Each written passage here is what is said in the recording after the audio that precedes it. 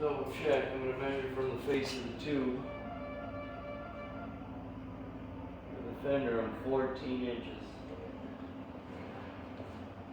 If I go to the front, the face of the tube, it's actually 13 3/4.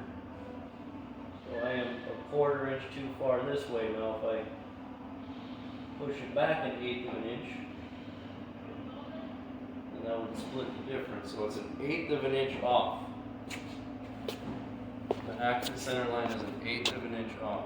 I need to push it back 1/8 of an inch. Let's double check that. So this is 14, and that's 13 3/4.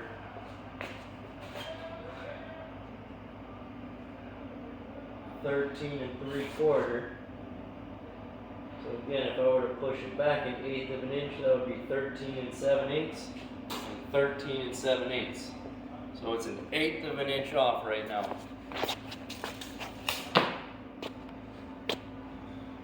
And that 1/8 of an inch is in production format. So if we want to make any adjustments, that's a lot of work to have two different kits for 1/8 of an inch. So we're going to sit here and think about this one for a minute.